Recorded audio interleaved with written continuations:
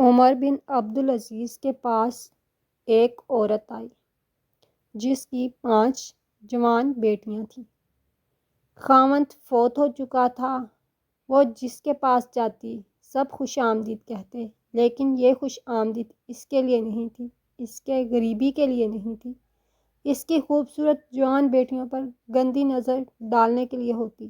سمجھدار عورت تھی، بہت جلد سمجھ گئی کہ میرے لیے جوان بیٹیوں کی عزت بچانا مشکل ہے، تو وہ عمر بن عبدالعزیز کے دروازے پر آئی، دستک دی۔ کسی نے بتایا تھا کہ عمر بن عبدالعزیز ایسا بادشاہ ہے، وہ آپ کی جان و مال کا محافظ ہے، وہ آپ کی مدد کرے گا۔ ایک عورت نے دروازہ کھولا، وہ اندر گئی۔ ایک عورت برتن دھو رہی تھی، وہ سمجھی کوئی خادمہ ہے، اس نے اسے ایک درخت کے نیچے بٹھایا۔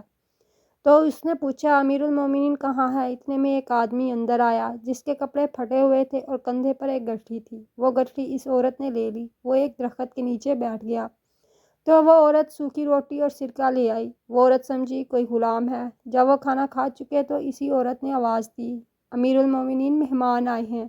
وہ عورت کہتی ہے، میں حیران رہ گئی۔ میں نے اس خادمہ سے کہا، آپ میری غریبی کا مذاق اڑا رہی ہیں، یہ پھٹے ہوئے کپڑے اور سوکھی روٹی کھانے والا امیر المومنین ہے؟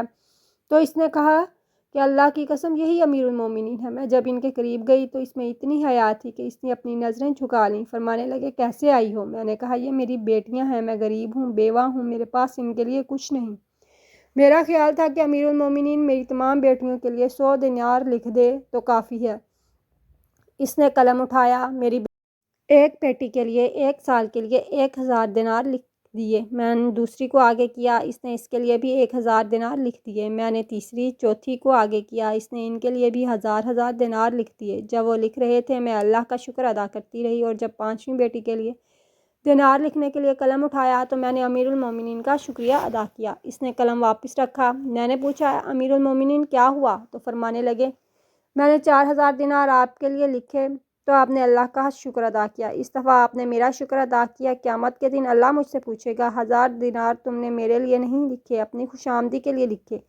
میں رونے لگی کہ یا اللہ، یہ کیسا انسان ہے؟ تو عبدالعزیز کہنے لگے کہ عام انسان ہوں، بس رسول اللہ صلی اللہ علیہ وسلم کا غلام ہوں۔